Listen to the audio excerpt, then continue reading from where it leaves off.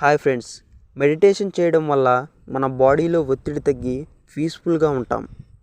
Meditation అనేది మనస్సుకి, ఒంటికి ఎంతో మంచిది. ఎంతోమంది సక్సెస్ఫుల్ పీపుల్ వారి డైలీ లైఫ్లో మెడిటేషన్ని ఒక భాగంగా చేర్చుకున్నారు. వారిలో యాపిల్ కంపెనీని స్థాపించిన స్టీవ్ జాబ్స్, అలాగే Microsoft company founder bill gates ఇలా ఎందరో ఉన్నారు. వాళ్ళని ఇన్స్పిరేషన్గా తీసుకొని అందరికీ మెడిటేషన్ చేయాలని ఉంటుంది. కానీ ఎక్కడో ఒక చోట కొన్ని పొరపాట్లు జరిగి సరిగ్గా మెడిటేషన్ చేయలేకపోతుంటారు.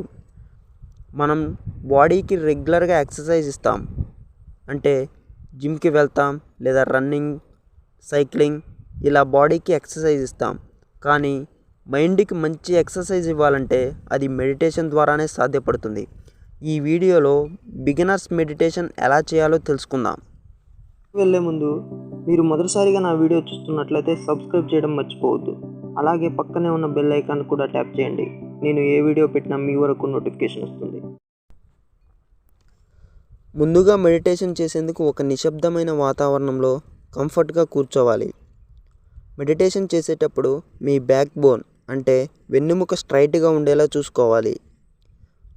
స్టార్టింగ్లో వెన్నెముక స్ట్రైట్గా ఉంచడానికి ఇబ్బందిగా ఉంటే మెల్లగా అలవాటు చేసుకోవాలి. ప్రధానంగా ఈ మెడిటేషన్ మార్నింగ్ టైంలో చేయడం ఉత్తమం. మెడిటేషన్ మొదలుపెట్టినప్పుడు మొదటి రోజు నుంచే ఎక్కువసేపు చేయాలి అని ఎటువంటి గోల్ సెట్ చేసుకోకండి. ఏదైనా సరే మొదట చిన్న చిన్న స్టెప్పులతో మొదలు పెట్టాలి. సో మొదటి వారంలో రోజుకి 2 నిమిషాలతో స్టార్ట్ చేయండి. వారం 2 నిమిషాలు పెంచుకుంటూ చేయండి. అలా చేస్తూ 2వ నెలకి మీరు 10 నిమిషాల పాటు మెడిటేషన్ చేయగలరు. ధ్యానం అంటే శ్వాసపై ధ్యాస. ఈ ధ్యానంలో ప్రశాంతంగా కూర్చొని కళ్ళు మూసుకొని నార్మల్గా శ్వాస తీసుకుంటూ వదలాలి. ఈ మెడిటేషన్ చేసేటప్పుడు మన ధ్యాస పూర్తిగా శ్వాసపై మాత్రమే ఉండాలి. శ్వాసను పీల్చడం, శ్వాసను వదలడం మీద మాత్రమే మన ధ్యాస ఉండాలి. అయితే మెడిటేషన్ కొత్తగా చేయటం అలవాటు చేసుకున్న వారిలో మనస్సులో చాలా ఆలోచనలు వస్తాయి. ఇది ఒక నార్మల్ ప్రాసెస్. మెడిటేషన్ చేసేటప్పుడు డైలీ రొటీన్ వర్క్స్ గుర్తుకు రావడం, మీ ఫ్రెండ్స్ గురించి ఆలోచించడం లాంటి ఆలోచనలు రావచ్చు.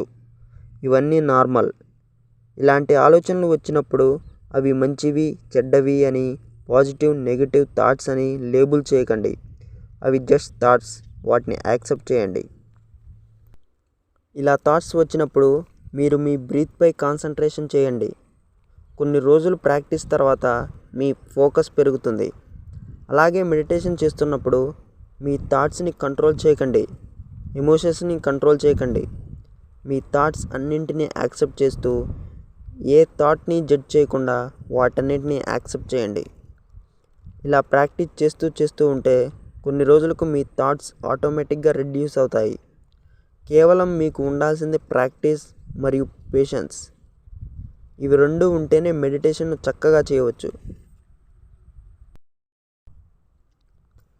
ఈ వీడియో నచ్చితే లైక్ చేయండి.